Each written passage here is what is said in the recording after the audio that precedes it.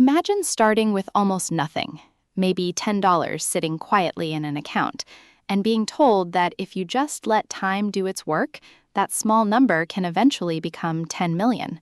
The idea feels clean, mathematical, almost inevitable, like gravity applied to money. You don't need brilliance, you don't need timing, you don't even need intensity, just patience and consistency. The story is simple enough to repeat, and that simplicity is exactly what makes it so convincing, because it turns an incredibly complex process into something that sounds almost passive, almost guaranteed, as if wealth is less about decisions and more about waiting. The core concept behind this belief is compounding, the idea that returns generate returns, creating a curve that accelerates over time rather than moving in a straight line.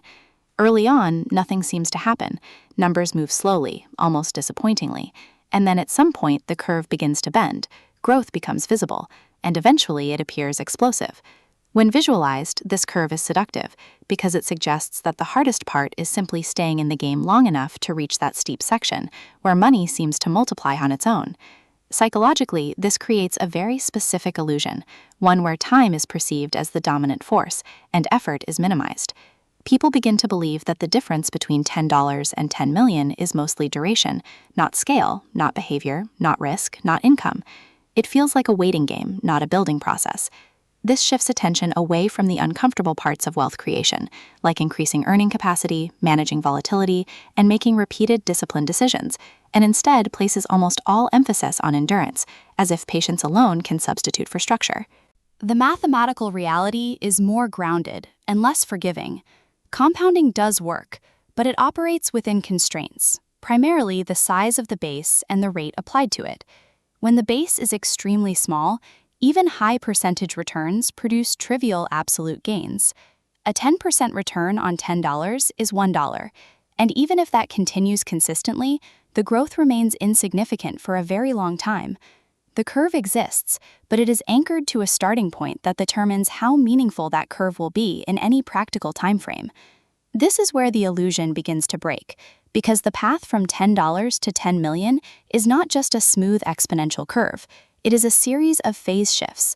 The early phase is dominated by contribution, not compounding, meaning the majority of growth comes from adding new capital rather than returns on existing capital. In this phase, income and savings rate matter far more than percentage returns, yet the narrative around compounding rarely emphasizes this, because it is less elegant and far more dependent on individual circumstances. As the base grows, compounding gradually becomes more visible, but it still does not replace the need for structure. Risk management begins to matter, because larger bases amplify not only gains but also losses, and volatility can erase years of progress if not controlled. The illusion often ignores this asymmetry, presenting compounding as a one-directional force, when in reality it is sensitive to interruptions, drawdowns, and behavioral mistakes that compound in the opposite direction. When the base becomes very large, something else changes that is rarely discussed. The same percentage returns that once felt transformative begin to feel slower in a psychological sense, even though the absolute numbers are larger. A 10% return on $1 million is significant in absolute terms, but it does not feel like the leap from 100 to 1,000, because perception scales differently than math. This creates a paradox where wealth is increasing, but satisfaction with the rate of increase declines, reinforcing the idea that compounding is not just a financial process, but also a psychological one. Zooming out, the system itself plays a role in shaping this illusion. Financial narratives, educational content, and even basic investment advice often simplify compounding into a universal formula because it is easy to communicate and broadly applicable. However, this simplification removes the dependencies that actually determine outcomes, such as income growth, consistency of contributions, tax structures, inflation, and access to opportunities. The result is a model that is technically correct, but contextually incomplete, leading people to overestimate what compounding can do in isolation. This is why the journey from 10 to 10 million is less about a single curve and more about layered systems interacting over time. Income feeds capital, capital feeds compounding, compounding feeds optionality, and optionality feeds further income or risk-adjusted growth. Each layer requires different decisions, different skills, and different tolerances, none of which are captured in the simple narrative that time alone will do the heavy lifting. What changes once this illusion is understood is not the belief in compounding itself, but the role it is assigned. It stops being the primary driver and becomes an amplifier, something that enhances a system that is already functioning, rather than something that creates that system from nothing. This shift in perspective removes the passive expectation that waiting is enough and replaces it with a more grounded understanding that compounding rewards structure, not just patience.